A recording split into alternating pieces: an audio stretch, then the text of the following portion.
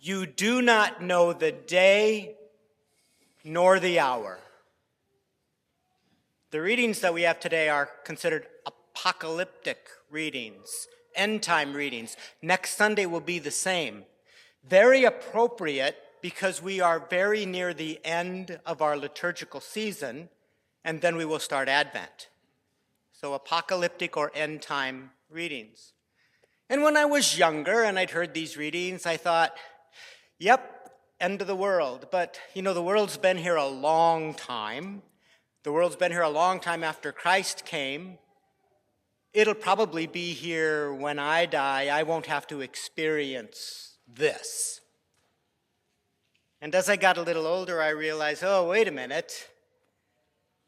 I will experience my own apocalyptic time, my own end time. I am going to experience a death. And I don't know the day nor the hour, but it's probably a long ways off. My dad lived till 75. My mom was like 96. Maybe I don't have to worry about that. But we don't know the day nor the hour. And in fact, I would propose to you that all of us experience or will experience some kind of apocalyptic time in our life. For example, kids, you might experience the death of a pet. The only pet you ever knew. A pet that was so lovable and so loyal, and suddenly one day, gone. And it's painful. Or you might hear your parents and they call you into the room and they say, hey kids, Dad got that promotion and we're getting transferred. And we have to move across the country. And it's going to happen in 3 weeks. So say goodbye to your friends at school, the friends at church, the neighbors, because we're leaving. And they experience a death. Or maybe young adults who are in relationships with others and they're dating, and all of a sudden, to the surprise of one, the other says, this is over, I'm done, I don't want to hear from you anymore. And they're crushed. Or the spouse who, as the other one walks out the door, hears them say as the door is closing, and I am not coming back. A death. Hard. Painful. And yet I still think that the hardest of all is maybe the death of someone that we love. Because at that moment, when death occurs, we don't have the ability to reconcile, to change things. The fate is sealed, and it's painful. Let me tell you the story, true life story about a family. I read this about, at least 10 years ago, but it still strikes home to me. It's a book that's called Into the Deep. And it was about a young family, had it all together. I mean, this family had good relationship with God and with each other. They had some very close friendships. And they had, of course, great relationship with God, if I didn't say that. But they had something else. They had a family motto that they lived by. And their motto was, live life with no regrets. Now, that didn't mean for this family, do whatever you want. Grab the gusto and go for it. Just do whatever you want. No. Living life with no regrets meant do what is right so that you don't regret not doing it. For example, if they thought about a relative who was in the nursing home, they wouldn't just think about them. They'd say, let's go visit them, or let's at least give them a call. when they realized that they hurt somebody, they told them very quickly, "I am sorry." Every night when the husband would come home, before he hugged the kids, and he would hug the kids, he would first go to his wife and hug his wife and tell her that he loved her. And then he would hug the kids so that he would live life and she would live life and they would live life with no regrets. And the book goes on and talks about how they were invited to a family wedding in Kansas. And so off they went to the family wedding. Can't miss a family wedding, might have some regrets. So they went to the wedding, and it was a great time, and the kids played with the cousins. And as they got ready to leave that evening, and they buckled all in the car, and they're heading down the road, and it's dark out, lightning started flashing, winds picked up, they turned on the radio, and the announcer was saying, "There are significant storms in the area, and will be all night, and there could be flash flooding." And about that time, as they rounded the corner, a flash flood hit the van and threw the van into a little creek, which was now a raging river.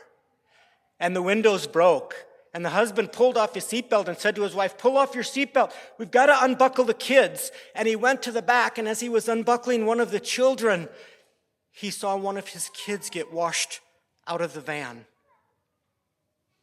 And then everything went black for him. He woke a couple of days later in a little hospital in Kansas. And when the doctor came in, he said, "How's my family?" And they said, "Well, they found one of your children about a half-mile downstream. And the other kids, when the rescue squad got there, were still buckled in their seats.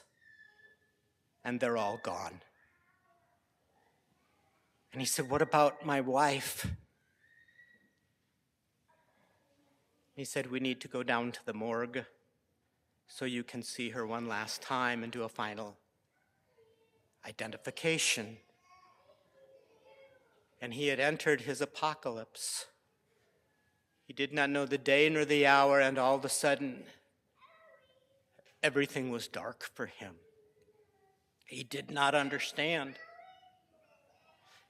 And the book goes on to talk about what he experienced and what he did and what he reflected on. And it talked about through the torrent of tears, the buckets of tears that he cried, he would have conversations with God and he would say, "I do not understand why you allowed this to happen, but I will trust you." And he had friends that stuck with him during these times of deep grief. And he remembered the family motto, live life with no regrets, not doing what you want, but doing what is right.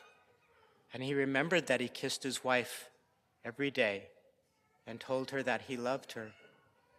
And he remembered swinging the kids on the swings and going to ball games and doing all these things. And he remembered the deep relationship that the whole family had with God. And he knew, if I just stay on the right course, I will be with them again.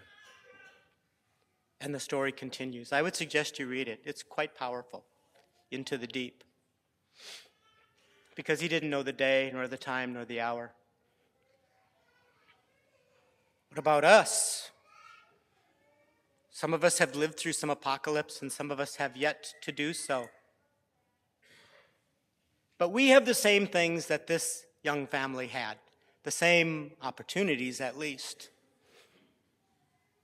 And I would suggest that if we aren't already, that now is the time, because we can't go back and change what has occurred, but we can set a path for the future. We can create, or try to create, deeper relationships with our family. We certainly can create a deeper relationship with God, with some of the people around us, so that they're there for us when we enter our apocalypse, or maybe more important, that we are there for them when they enter theirs. because it is so hard to walk the road alone. We can change. It will not be easy. But Jesus never said that this life is going to be easy. He said just the opposite. This life is going to be hard. You will have to pick up your cross and follow me. And in following him, we are not alone. So again, we can't change the past, but we can recognize when we have those little inklings of, I should tell somebody that I love them, to just go do it. Maybe my kid needs a hug, give him a hug. Have I talked with God lately? Stop and talk with him right now. Have you hurt someone? Tell them you're sorry. They might not accept it, but tell them, because you don't have to live with that regret. And when you realize that you've sinned, and we all do, don't wait to go to confession. Go now, so that when you or I stand in front of the Lord Almighty at the end of our life, we might say, Lord, I love you, and you helped me live life with no regrets, because we do not know the day nor the hour.